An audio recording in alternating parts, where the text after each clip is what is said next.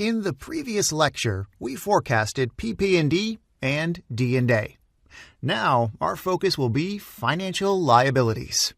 To be more precise, our next task is building a financial liabilities schedule. Let's create a copy of the fixed asset roll forward sheet and change its name to Financial Liabilities Schedule.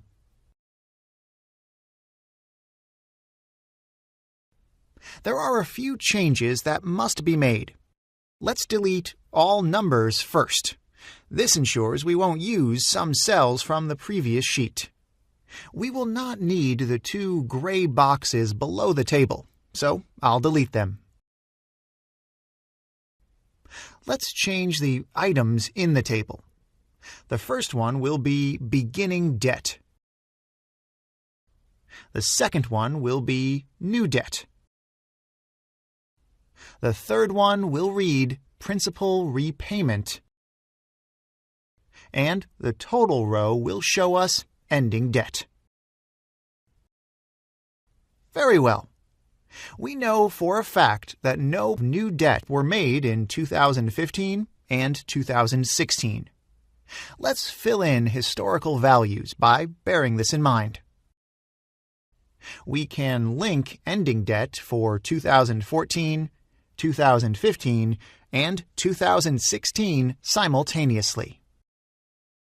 This also gives us beginning debt, given that the ending debt for 2014 was beginning debt for 2015. And the ending debt for 2015 was beginning debt for 2016. Okay? We can even copy the formula for beginning debt for the forecast period. Now we can calculate the amount of principal repayments were made in 2015 and 2016. All we must do is subtract ending and beginning debt for the 2 years. Excellent.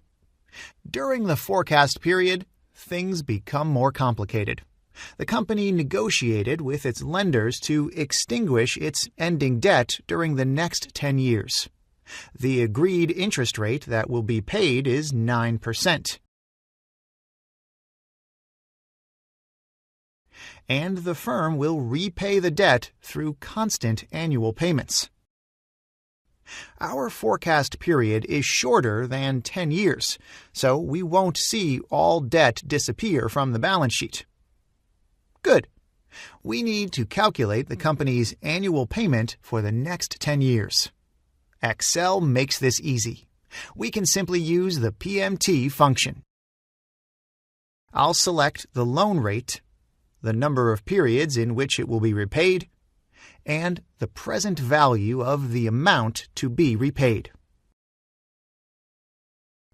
Here's the amount. Let's create a mini table that will help us determine what portion of this amount is for interest expenses and how much the residual debt is that remains after every repayment. We have 10 periods.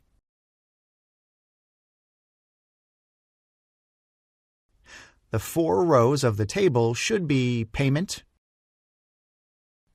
interest expense, debt repayment, and residual debt.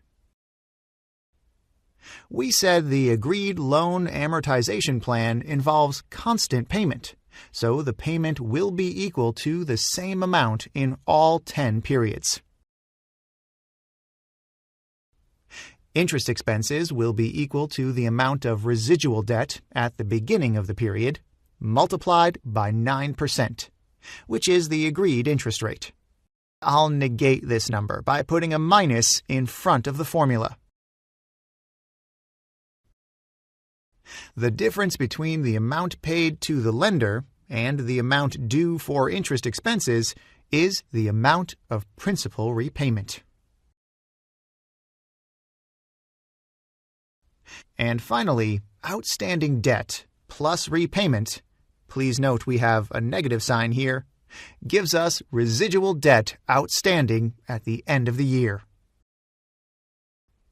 The next year, we need to carry out the same calculations.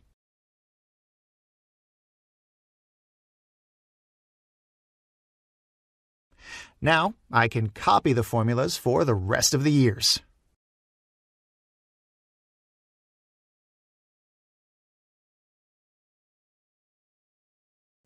You can see we've worked correctly, given that the loan is amortized in year 10. Awesome. Let's fill in the table above with the values calculated for principal repayment.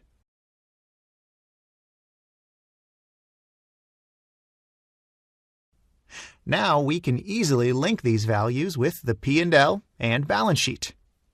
Here we've calculated interest expenses, and this allows us to calculate the P&L until EBT.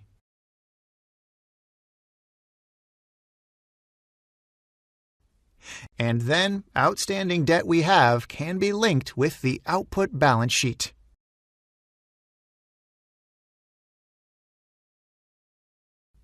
The balance sheet is almost complete. In our next lesson, we'll build an equity schedule. Stay tuned. We've done an excellent job so far.